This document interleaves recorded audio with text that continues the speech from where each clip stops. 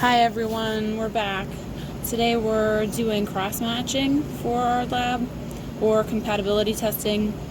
So with the cross-match we use patient plasma and donor red cells to mimic what's happening in the body when the patient receives a transfusion. So just to give you the background, I have two patients. So I have patient AB and CD. And I'm going to cross-match each patient with 2 units. One is going to be compatible and one is going to be incompatible. So while I'm giving a background on both patients, I'm just going to wash these red cells. So this is a segment from my unit. So I'm just going to wash those red cells once.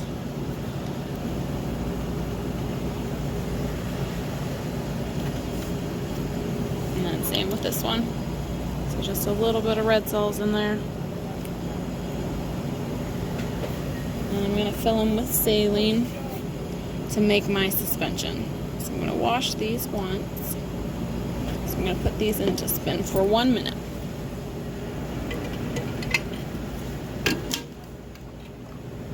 And as you can see, these ones are already a suspension. Okay, so the background for patient AB. This patient, we have already done the type-in screen. The patient is an A pause, and the screen is negative. This is the patient's first type on file, and they have no current antibodies or no history of antibodies, no history of a positive DAT, and no history of a transfusion reaction. So for this patient, we're going to be doing 2 immediate spin cross matches. For our second patient, CD, this patient, we've already done the type-in screen. The patient is an O pause. The screen is also positive, and we've identified an anti-Big E. Okay, a new anti-Big E. So at this point for patient CD, we've already done the antibody workup, so we've ruled in Big E and ruled out all other clinically significant antibodies, and we've antigen typed 2 units that I have in washing. And we typed them for the antigen the patient has an antibody for, so we've typed them for Big E. 1 unit is positive for Big E and 1 unit is negative for Big E. So we'll see how that looks. And for this patient, we're going to be doing a full cross match because they do have that anti-Big E. Okay, so that's our background on our 2 patients. So I'm just going to resuspend my cell suspension.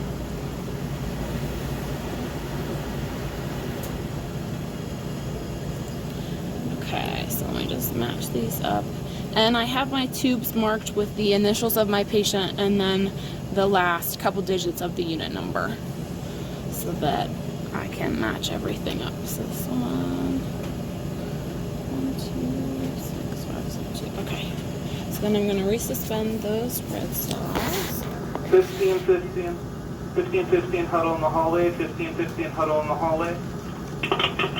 Also, don't mind the pages. I am at work.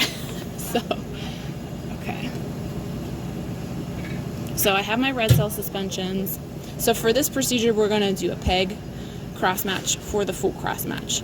Our immediate spin cross match is exactly that. It's just the immediate spin phase. So we're going to start with patient AB first.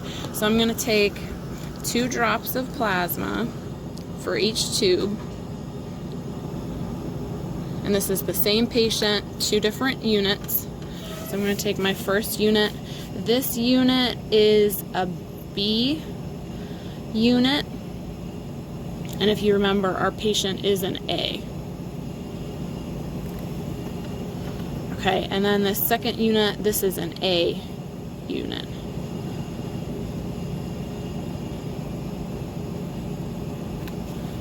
Okay. So I've added 2 drops of plasma and then 1 drop of the corresponding red cells. So I'm going to mix those up a little bit and then spin these for 15 seconds.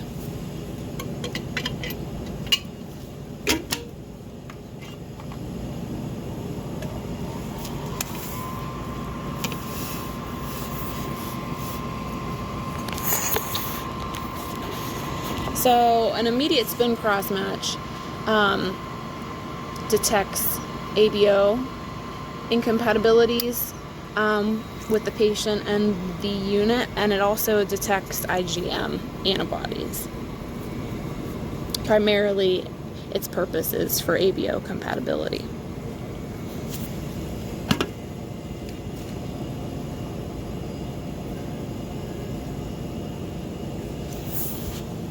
And with cross matches, we want to see a negative reaction. We don't want to see agglutination of the red cells, because remember, that is mimicking what's happening in the patient's body. So we don't want the patient plasma reacting with the red cells.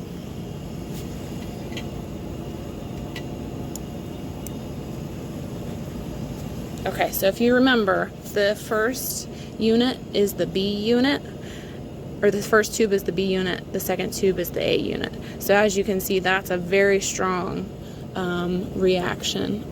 I would probably call that a 3+. And then this second tube is the A unit. There's no problem with the ABO compatibility because our patient is an A. So that is a like type. So again, the B red cell unit is a very strong reaction, and then the A unit is compatible. So we would want to use this second tube. That unit is fine for transfusion. Okay? And we also don't have to add any check cells at this point because an immediate spin cross match does not require any AHG. Okay, so at this point we're done. We would call this first unit, the B unit, incompatible, and we would call this second unit compatible. We would also grade by the strength of reaction, so this would be a 3+ and a 0. And this is the unit that we would choose to transfuse for the patient. Okay, and now we'll go to our second patient. Remember, this patient is O positive, so I've selected a unit that's O negative, this first one, and then a unit that's O positive, because either of those will work. The first unit is E negative, the second unit is E positive, and remember, our patient has an anti-big E. So I'm gonna, same thing, for a full cross match, we do an immediate spin read first, and then we go to incubation. So I'm going to take 2 drops of my patient plasma.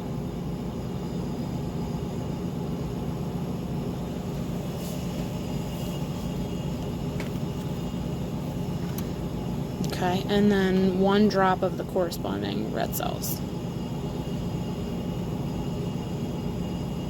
Remember, this is the same patient, 2 different units.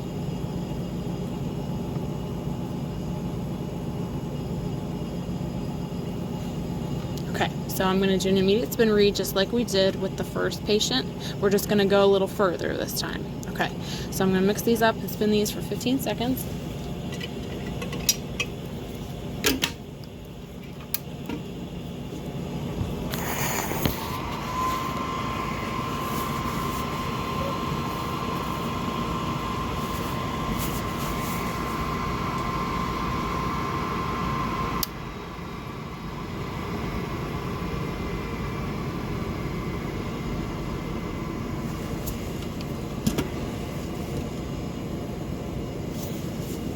Okay, so our patient is an O positive, and one of our units is an O neg, one of our units is an O positive.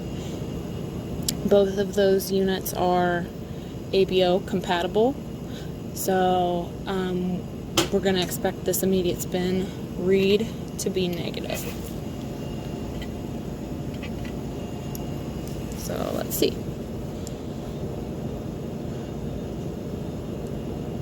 And as you can see, it is negative.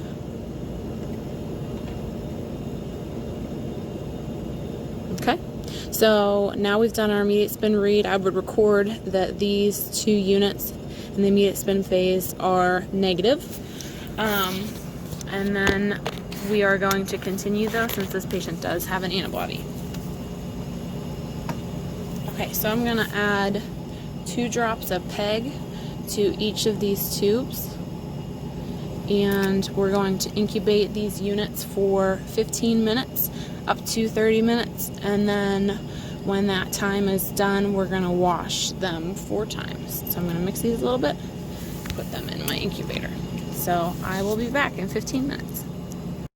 Okay, everybody, so these units have been incubated for 15 minutes, and I've already saved time. I've washed them 4 times. So now we're going to add IgG to each tube, 2 drops. And then I'm going to spin these for 15 seconds and read those. Mix them up a little bit.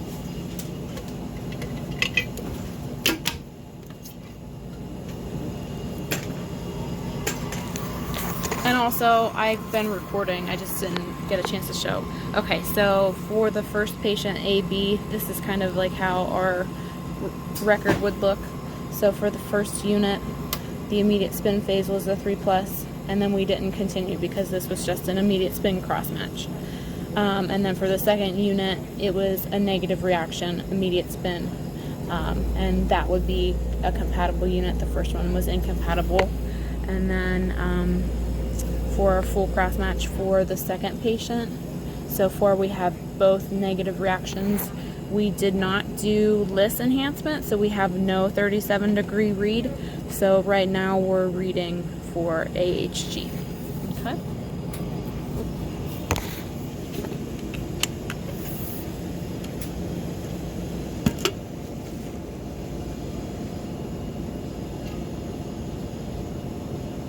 Okay, so I'm going to just read these one at a time. So this first unit is the O-neg unit that is big E negative. Remember, our patient has a big E. So this unit would be compatible. It is a negative reaction, which we would expect because it doesn't have the antigen the patient has the antibody for. So there's nothing to bind to. So this is a good thing. We don't want agglutination within the body. Okay, and then the second unit is the OPOS big E positive unit. So the patient has the big E antibody. So as you can see, this is a very strong reaction. So this is what would be happening in the body, and that's not what we want to see. So that's a 4+ reaction. We would not want to use this big E positive unit for our patient that has this anti-big E. Okay, so I'm just gonna record this. So the first unit is negative, and then the second one is 4+. So we're not going to continue with this one. It's already positive. We know it's incompatible. Okay, but then the first one, we are going to add check cells since it was a negative reaction, and we added AHG, so just 1 drop of check cells.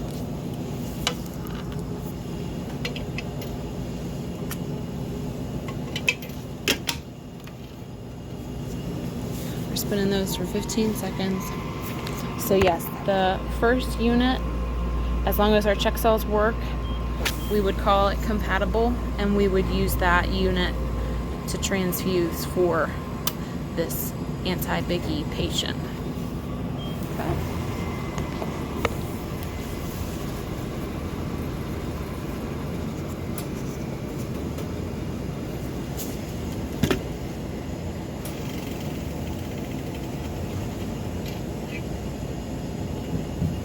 Okay, so this is after the addition of our check cells, and remember, we want to see a positive reaction here to make sure that our washing was good, that our IgG is working, that that negative reaction that we saw earlier is actually negative, and the check cells did work.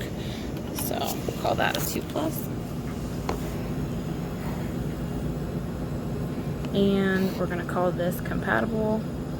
At this point, we would be able to issue this unit to the patient because we've proved that it is compatible. Okay, there is one more way that we can cross-match, and we call it an electronic cross-match, and basically, or a computer cross-match. So There is no physical testing that happens with that cross-match. There is certain criteria that the patient has to have. So the patient has to have 2 ABRH types on record, either a previous type and screen being done and then a current type and screen, or the current type and screen and then a type done on a second sample drawn at a different time. And the patient cannot have antibodies, cannot have a positive DAT, cannot have history of a transfusion reaction. And if the patient qualifies for all of those, we would pick a unit in our inventory that is ABO compatible. We would scan the unit into the computer system, and the computer system would tell us if that unit is acceptable or not to transfuse for the patient based on the ABO only.